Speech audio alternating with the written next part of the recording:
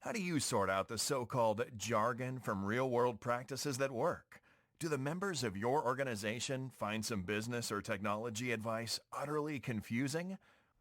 Welcome to Real Talk with Sam Holcman. In this program, we set the record straight, and in terms that business people and technology people can understand. Now, here is your host, Sam Holcman. Welcome to this edition of Real Talk. Thanks for joining me. My name is Sam Holcman, and this is part 2 of a topic that we call What is Strategy? So that term is used quite a bit. And from our first episode on this particular topic, I mentioned that one of our clients asked us that question when we talked about business architecture. Business architecture, we suggest, is the enabler of business strategy. And one of our clients asked us a very good question. Well, what is strategy? So we provided some insight in our first part of this particular Real Talk broadcast series on that particular topic. So a little bit more emphasis here. So strategy are the actions that an organization and its members take to achieve one of its goals, and of course, the value it creates for its internal and, of course, external stakeholders or customers, whatever you want to call it. So it's all the actions that organizations, people, processes, technology, methods, tools take in order to achieve the goals of both the external stakeholder, customer, whatever you'd like to call them, and of course, to meet the internal requirements of the organization also. So it's the creation of a unique and viable position. Unique and viable. Not a copycat position, which may be a, quote, strategy, unquote, but that's almost like the last resort, because then you're going to a least cost type of environment, and eventually least cost really leads to massive issues, because now you're talking about who has the lowest labor costs as related to the product, quality, and service. It's sort of like that downhill slope that's there. So strategy is a creation of a unique and valuable position involving a series of activities that you want to do.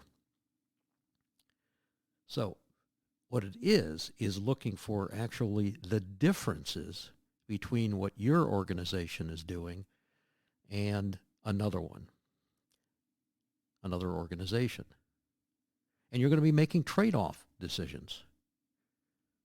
And those trade-off decisions need to be explicitly represented, so you can say, we've chosen this particular approach. We will only make fresh hamburgers for our clients.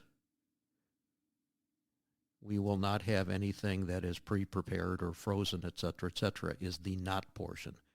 That is the strategy or the element within a larger activity that we're doing. So it's not only the things that you're going to do, but it's also stating the things that you are not going to do, so that it's very clear in the organization and to your stakeholders that value proposition, because they'll get it too.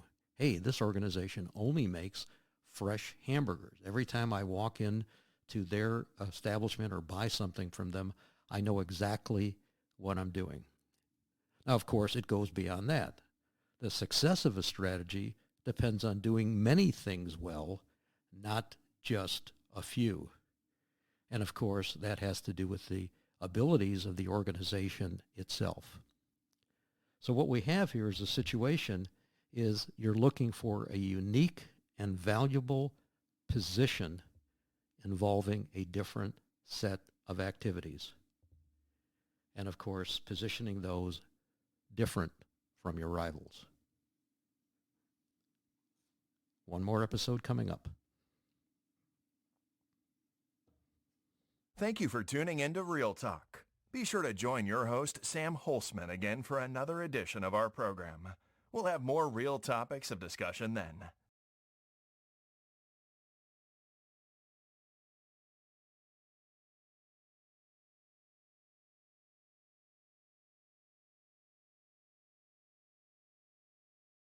Virtual Business Architecture Services from the Business Architecture Center of Excellence will provide you with the expertise of our consulting services remotely so you can achieve your goals quickly, efficiently, and economically.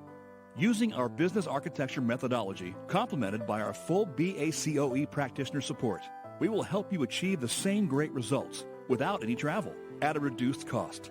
Please visit bacoe.org/virtual-BA for more information.